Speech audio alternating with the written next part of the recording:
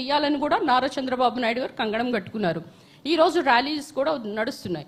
ఇవన్నీ ఏంటంటే ఈ యొక్క డ్రగ్ ట్రాఫికింగ్ కానీ సాగు చేయటం కానీ ఎవరైనా చేస్తే వాళ్ళ యొక్క భూములు ఎవరైతే చేస్తున్నారో వాళ్ళ యొక్క ఆస్తులు తీసేసుకోవటం, లేదా సాగు చేసే వాళ్ళ భూములు మనము స్వాధీనం చేసుకోవటం, తద్వారా ఏంటంటే ఈ యొక్క తగ్గుతాయి.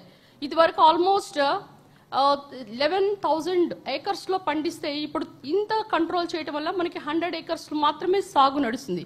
కనుక ప్రతి జిల్లాలో కూడా ఒక narcotic cell, anti narcotic cell పెట్టడం, అంతేకాకుండా మనందరం కూడా ఈ యాంటీ డ్రగ్స్ ఎవరైతే మీరు ఈ యొక్క నిర్మూలించాలనుకున్న వాళ్ళు they have to form a team.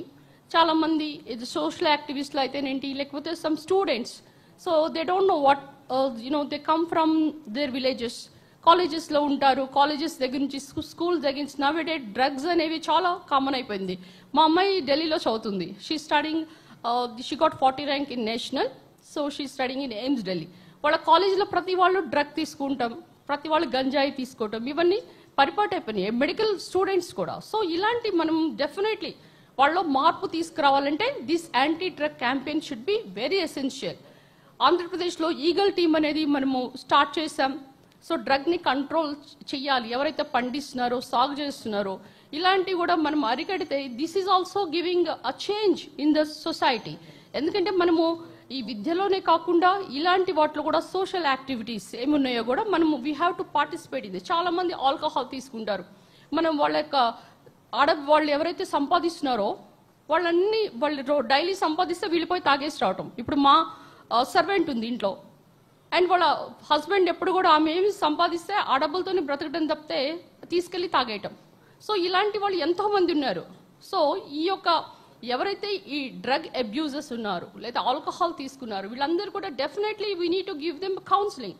ఈ వాళ్ళ మార్పు రావాలి, పరివర్తన రావాలి. ఇవన్నీ రావాలి అంటే డెఫినెట్లీ లేడీస్కి సెక్యూరిటీ కావాలి.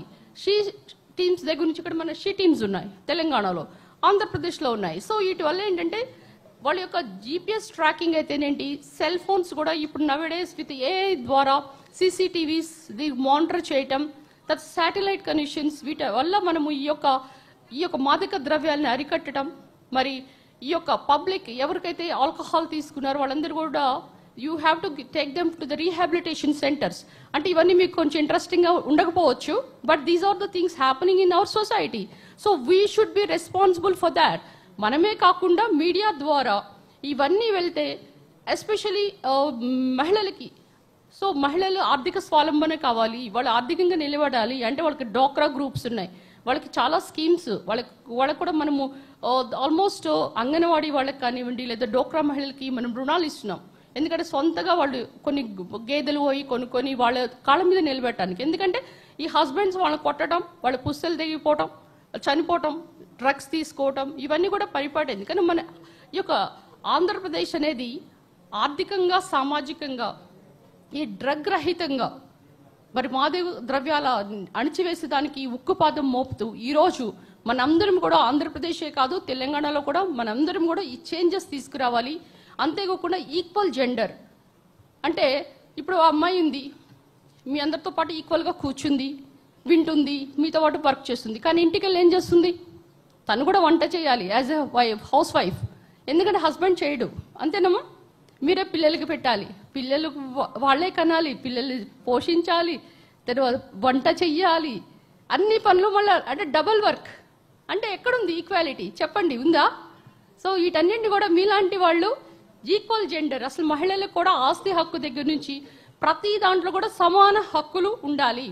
సో ఎక్కడ ఈవ్ టీజింగ్ ఉంటే definitely we have to take action. ఇవన్నీ కూడా సామాజికంగా మార్పు రావాలంటే ఏమవసరం? Media. So media has lot of importance. So కనుక ఈరోజు మరి ఇంత పెద్ద ఈవెంట్ ఎస్పెషలీ ఐఆర్ మీడియా వాళ్ళు, ఇక రాధాకృష్ణ గారిని గురించి చెప్పాలంటే there is lot about him. ఎందుకంటే ఈ యొక్క మీడియాని ఆల్మోస్ట్ 2020 జూన్ 26న స్థాపించి 5 సంవత్సరాల్లో ఆయన చాలా కష్టపడ్డారని కూడా విన్నాను. అంతేకాకుండా కరోనా కష్టకాలంలో కూడా మరి అమౌంట్స్ లేకపోయినా రన్ చేశారు. అందుకనే ఈ 5 years ఇంత బాగా మరి సక్సెస్ఫుల్గా నిర్వహించి మరి ఇంత ముందుకు దూసుకుపోతున్నందుకు మరొకసారి మీ అందరికీ నా కంగ్రాచులేషన్స్. ఎస్పెషలీ ఇస్మాయిల్ గారు, అండ్ దిస్ అనదర్ గర్ల్, నేను కూడా మొక్కవోని దీక్షతో ఉన్నాను అని చీఫ్ ఎడిటర్ ఇందిరా గారు, వీళ్ళందరూ స్టాఫ్, వీళ్ళందరూ కూడా కలిసి మరి రాధాకృష్ణ గారికి వెన్నంటి ఈ యొక్క ఐఆర్ మీడియాని ఈ విధంగా ముందుకు తీసుకెళ్తున్నారు. కనుక సామాజికంగా, రాజకీయంగా, ఇక సమకాలీక విషయాలపై చర్చించి మరి ప్రజల్లోకి తీసుకెళ్ళి అంచెలంచెలుగా మరి మీరందరూ కూడా ఇంత దినదిన అభివృద్ధి చెందుతున్నందుకు మరి ముఖ్యంగా మీ అందరికీ you people look so simple. మీరు సింపుల్గా ఉన్నారు కానీ సింపుల్ కాదు, మీరు చాలా వాయిలెంట్, బయట పెన్ను పట్టుకుంటే, అవునా? సో మిమ్మల్ని చూసి పాలిటీషియన్స్ కూడా తడుచుకోవాలి, రండి రండి ఎందుకు ఇలా రాస్తున్నారు మా గురించి వార్తలని, ఎందుకంటే there is a good and bad side of it. So కనుక మీరందరూ కూడా నిజాలు నిష్పక్షపాతంగా, ఎలాంటి బ్రైబింగ్కి మీరు కమిట్మెంట్ ఇవ్వకుండా యథార్థమైన వార్తలే, ఎందుకంటే నేను ఎమ్మెల్యేగా ఉన్నప్పుడు కానీ ఇప్పుడు కానీ ఆ ట్రోల్స్ అనేవి వస్తూనే ఉంటాయి.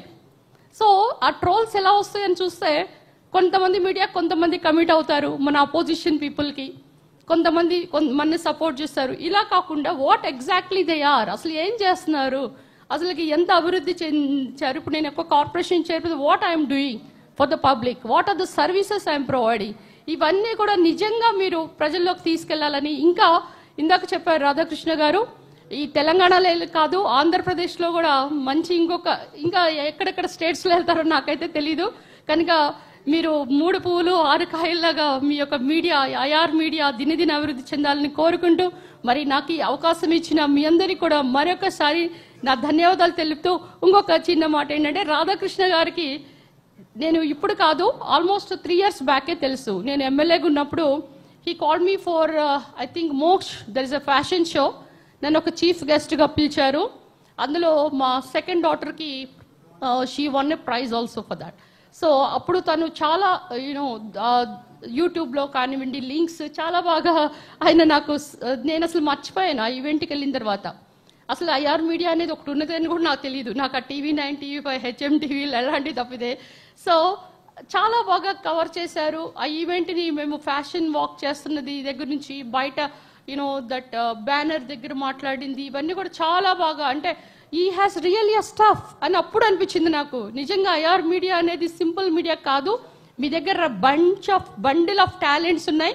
ఆ టాలెంట్స్ అనేవి బయటకి తీసి మీరు బాగా వాడాలి. కనుక అప్పటి నుంచి I'm a fan of IR media now. ఎందుకంటే ఇది ఈవెంట్ ఇందాక అన్నట్లు చిన్నదా పెద్దదా కాకుండా నిజంగా దాని యొక్క టాలెంట్ క్యాలిబర్ని బట్టి మనం డిసైడ్ చేయాలి. So this is the day for IR media, especially for MD Radhakrishna garu. And thank you so much sir, and I really appreciate you once again. Please continue for maybe there saying eternal or whatever, మీరున్నంతకాలం ఇంకా మీ వారసులు ఎవరున్నా continue చేసి ఇంకా next యానివర్సరీకి అంటే 6th year complete అయిన తర్వాత ఇలా కాకుండా భారీ ఎత్తున కూడా చేయాలని కూడా కోరుకుంటూ మరి మీ అందరికీ మరొకసారి నా శుభాకాంక్షలు. Thank you so much. జై హింద్.